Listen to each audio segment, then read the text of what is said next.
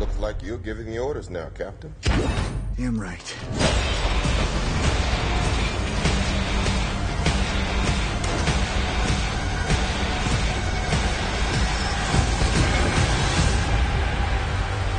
Hello everyone and welcome to Sean's Movie of the Moment.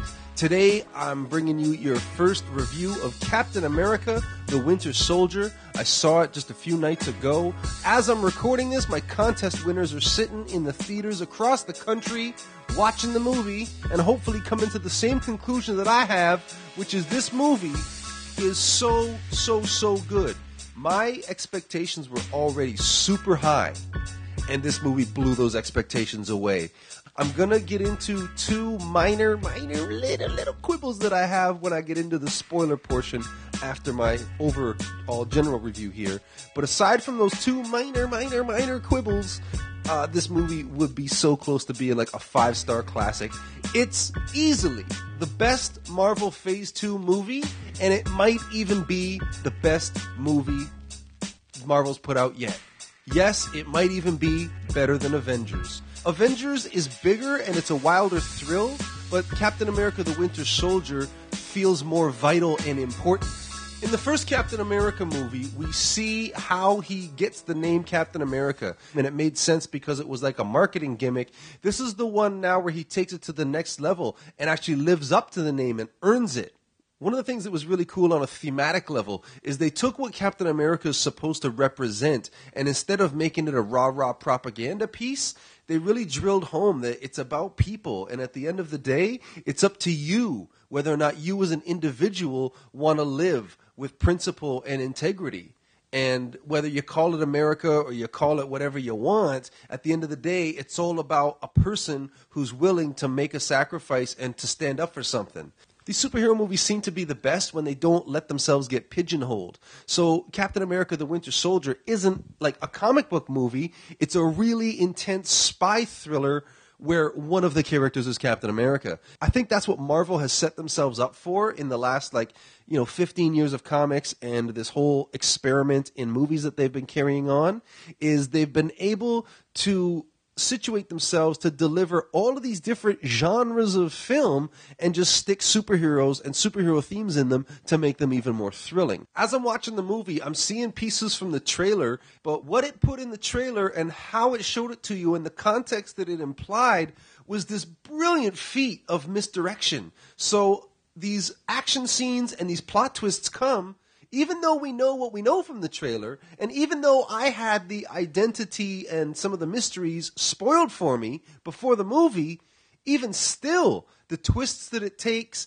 and the places that the action scenes jump out at you from were still a surprise and still a thrill every time.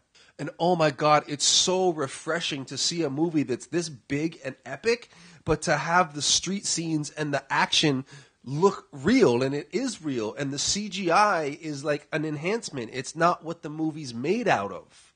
I'm remembering right now some of the scenes that take place like on a highway and one in the middle of a city street, and I'm thinking about that movie Heat. That's a movie where they actually cordoned off downtown Los Angeles to stage this giant bank robbery scene with a full-on firefight in the middle of broad daylight. I'm trying to think of how much of a city they had to have shut down to pull off some of the action scenes in this movie.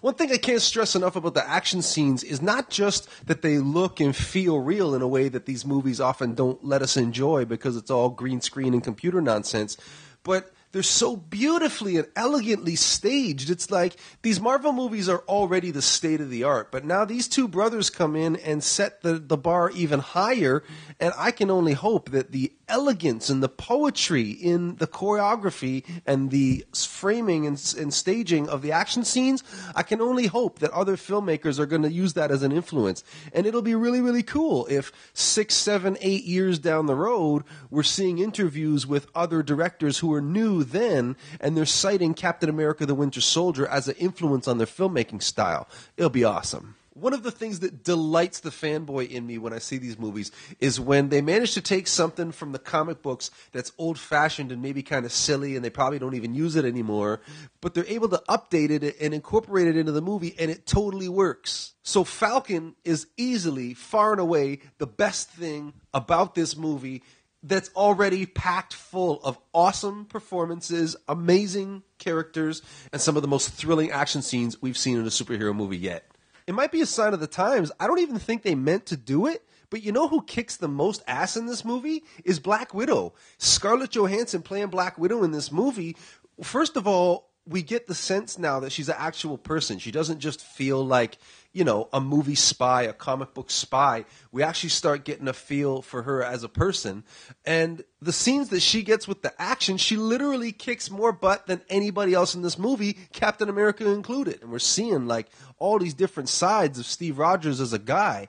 He didn't have time at the end of the first Captain America movie or anywhere in the Avengers to really like explore the world that he's in. And now we're actually seeing what that whole like missing time episode would do to a guy like that. And it's pulled off flawlessly, and it's believable, and it's beautiful. You watch the trailer and you think you know something about this movie. And then if you're like me, you have a couple of the big secrets spoiled for you just before you go see it. And now you think you know something about this movie.